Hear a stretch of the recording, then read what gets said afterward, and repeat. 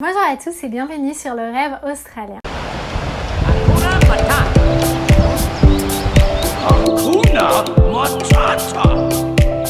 It means no worries.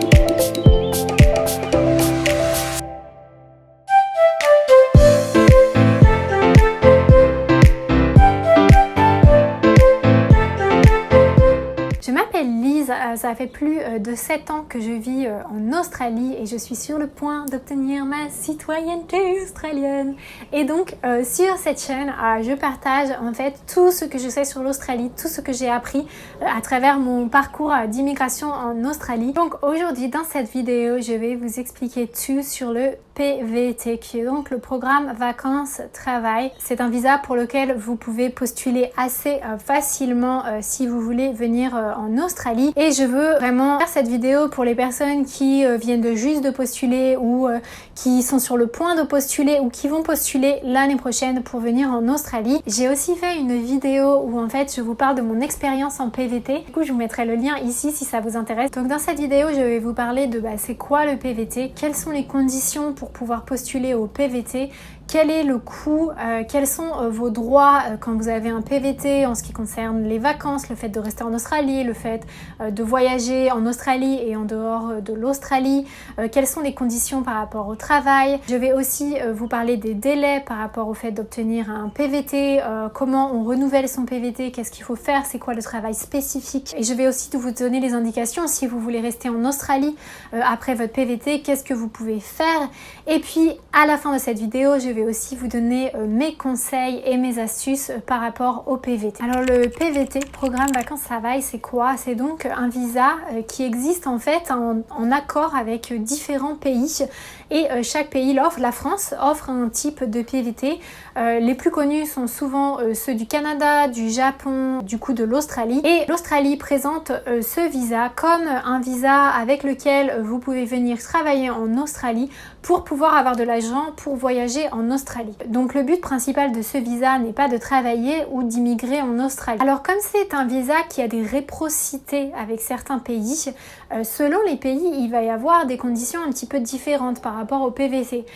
Par exemple, la Belgique a accès à un Medicare qui est donc la sécu australienne quand des Belges viennent sur un PVT en Australie. La France n'a pas ça parce qu'il n'y a pas d'accord au niveau du médical. Une autre différence, c'est que le Canada et la France peuvent avoir le PVT jusqu'à 35 ans alors que la Belgique peut l'avoir que jusqu'à 30 ans. En fonction du pays duquel vous venez, il faudrait bien vérifier toutes les conditions parce qu'elles vont être différentes d'un pays à un autre, même si la majorité des choses vont être similaires entre les pays. Donc comme je vous l'ai expliqué, vous pouvez travailler avec ce visa, mais il y a des conditions.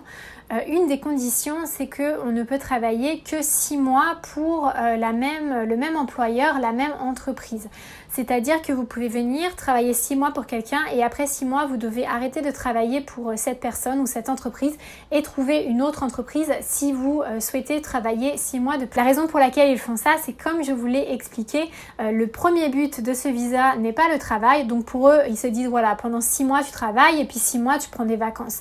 Après, on va pas vous embêter si vous travaillez 12 mois sur votre visa vacances-travail. Ce n'est pas du tout un problème à partir du moment où c'est pour des employeurs différents. Ce qu'il faut savoir, c'est qu'on peut renouveler ce visa 2 fois. La première fois, vous devez faire 3 mois de travail spécifique. Je vais vous parler du travail spécifique juste après. Pour le renouveler une deuxième fois, donc pour un troisième PVT, vous devez faire 6 mois de travail spécifique. Avec ce visa, vous pouvez vivre en Australie, partir de l'Australie, revenir en Australie de manière illimitée, donc du nombre de fois que vous voulez, il n'y a pas de limite par rapport à ça. Et vous pouvez, si vous le souhaitez, également étudier pendant 4 mois avec ce visa. Il y a 2 numéros de visa, il y a le 417 et le 462.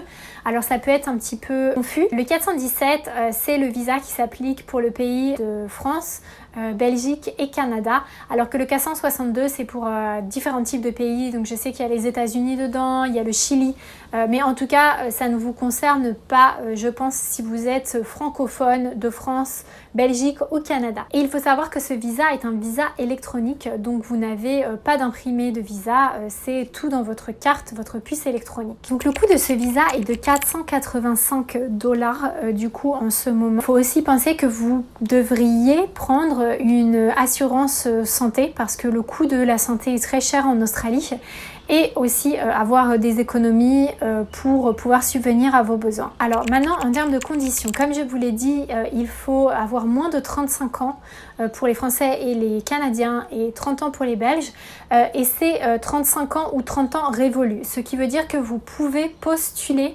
jusqu'à la veille de vos 36 ans. Ce qui fait qu'en fait si vous faites ça, vous serez sur votre PVT quand vous aurez 36 ans ou 31 ans, mais vous devez postuler juste avant. Il n'y a pas de condition d'avoir un certain montant pour venir en Australie, mais le gouvernement australien recommande fortement d'avoir au moins 5 000 $ plus le coût de votre billet de retour pour la France ou du billet pour quitter le pays et aller dans un autre pays. Mais du coup, on ne vous demande pas de preuves par rapport à l'argent que vous avez sur votre compte en banque. Une autre condition, c'est d'avoir pris les mesures nécessaires par rapport à l'assurance santé, mais pareil, on ne vous demande pas de preuves.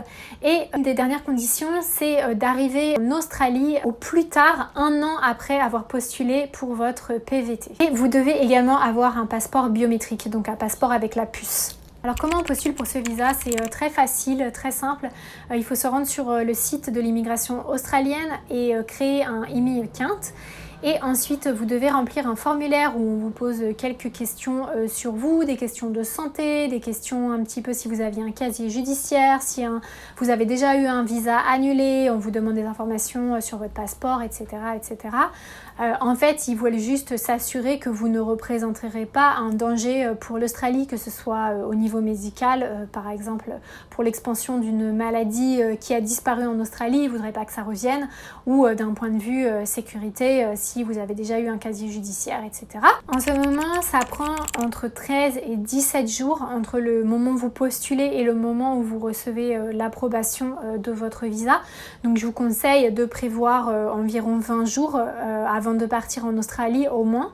Après, comment ça se passe? Une fois que vous passez l'immigration, que vous arrivez en Australie, ce sera le premier jour de vos 12 mois sur votre PVT. Donc le travail spécifique, si vous voulez renouveler votre visa, la première condition, c'est que le type de travail soit éligible. Et la deuxième condition, c'est que l'endroit où vous faites le travail soit éligible. Ça concerne un certain type de travail qui est un travail souvent qui ne nécessite pas de qualification particulière, qui est souvent un travail manuel et qui doit être effectué dans des régions particulières. Donc il y a un code postal en Australie et donc du coup l'immigration vous donnera les codes postaux qui sont éligibles. Ces codes postaux excluent bien sûr tout un nombre de villes, en particulier Sydney, Melbourne et Brisbane. Ils ont inclus de plus en plus de villes en région rurale. Et aussi, je suis presque sûre que dans le territoire du Nord, ça inclut tout le territoire du Nord, pas des régions particulières, car tout le territoire du Nord est considéré comme du coup une région rurale entre guillemets. Des exemples de travail éligibles, ça va être le travail dans les fermes, que ce soit les fermes animalières ou des fermes avec les plantes. Il y a aussi tout ce qui concerne les fermes solaires. Et vous avez également la pêche et la construction. Ça, c'est vraiment les principaux. Alors le truc, c'est que quand vous allez trouver un travail, l'immigration ne pourra pas vous dire si ce travail est éligible en fait. Par exemple, vous trouvez un travail dans une ferme de myrtilles, vous ne pouvez pas appeler l'immigration et leur demander est-ce que c'est bon, est-ce que je vais avoir mon visa. Ils ne répondront pas à votre question. Vous devez faire malheureusement ce travail et ensuite postuler pour votre visa et voir si vous l'obtenez. Les deux conseils que je voudrais vous donner par rapport à ce travail spécifique, la première, c'est de ne pas vous faire arnaquer. Il y a eu pas mal d'arnaques, donc soit le travail n'était pas éligible et les personnes disent que c'est éligible. Une deuxième cause, c'est de ne pas payer.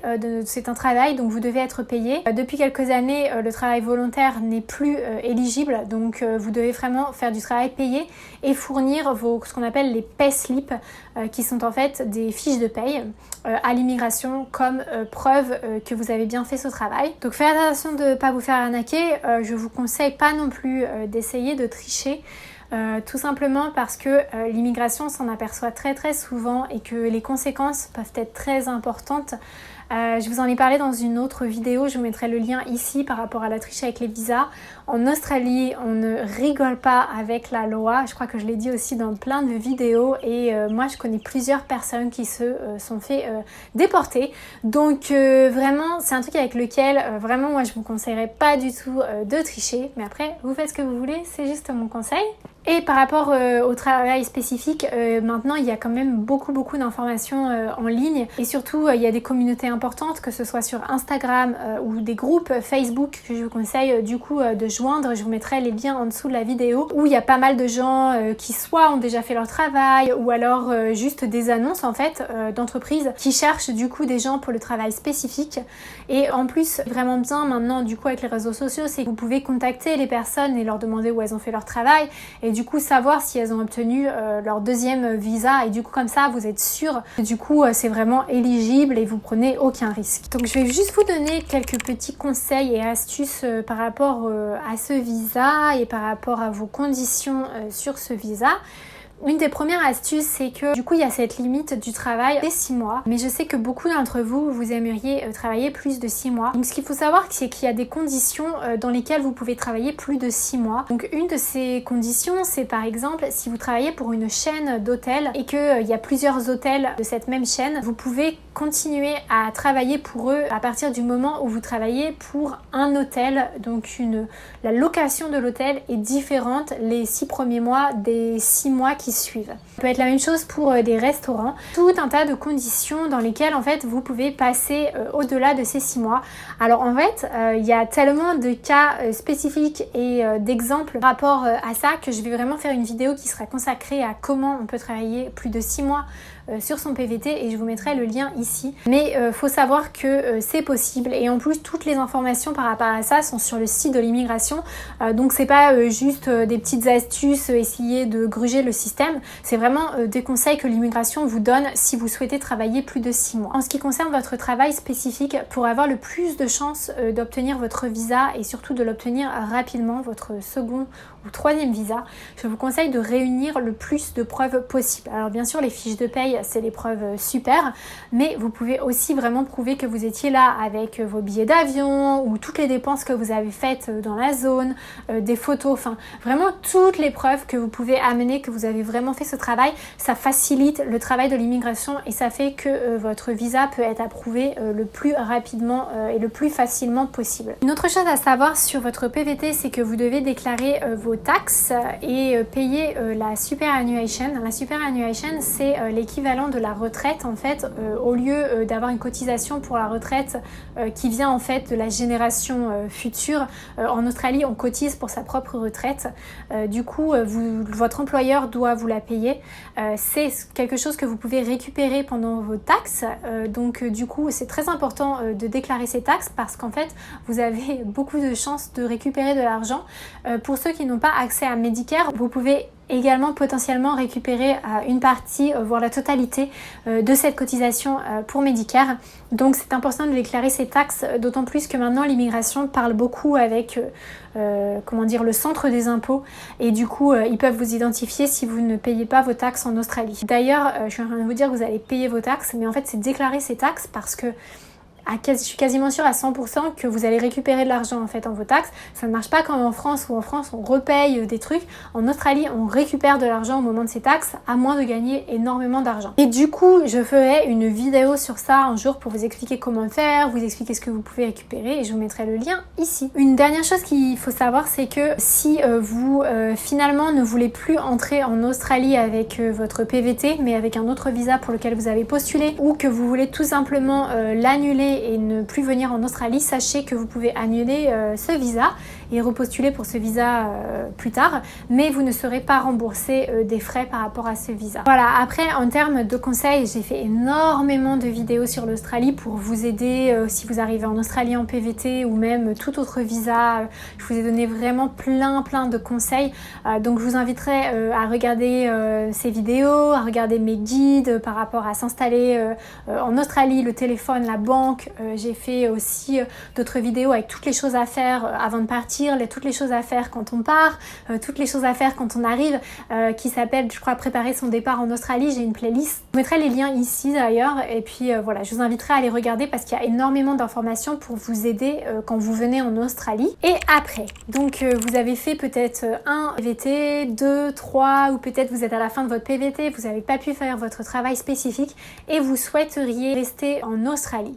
Alors en fait, il y a plusieurs options pour vous. Ça dépend de ce que vous voulez faire. Une des premières options, c'est le visa touriste. Il y a plusieurs types de visa touriste. Celui qui est gratuit et je pense la meilleure option, c'est un visa que vous ne pouvez obtenir que de l'étranger. Donc ce que vous devez faire, c'est juste partir d'Australie. Vous pouvez aller en Nouvelle-Zélande, vous pouvez aller en Nouvelle-Calédonie.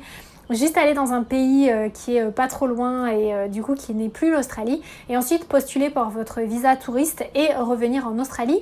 Le visa touriste, ça prend entre 1 et je crois quelques jours, 3 jours, peut-être 5 jours pour l'obtenir, donc voilà, c'est une de vos options. La deuxième option, si vous voulez rester pour immigrer finalement et vivre en Australie parce que vous avez vraiment aimé votre expérience, il y a plein d'autres visas que vous pouvez faire en fonction des raisons pour lesquelles vous voulez rester, mais aussi vos qualifications professionnelles, votre expérience professionnelle, le métier que vous exercez. Donc je vais faire plein de vidéos sur ces visas et je vous mettrai tous les liens. Je vais faire une playlist avec les visas, je vais parler du sponsoring, du visa travail, du visa partner, tous les autres visas qui existent en Australie avec lesquels vous pouvez venir en Australie.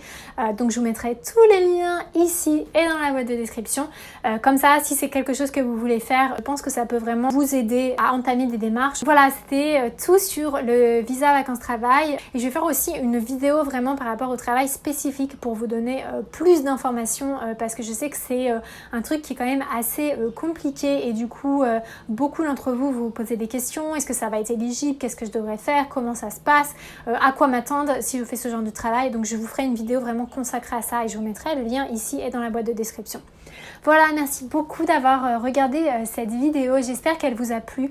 J'espère qu'elle va vous aider si vous comptez venir en PVT en Australie. Si vous l'avez aimé, n'hésitez pas à mettre un pouce en haut parce que ça soutient énormément ma chaîne et ça aide d'autres personnes qui voudraient trouver des vidéos sur l'Australie à trouver cette vidéo et à trouver ma chaîne.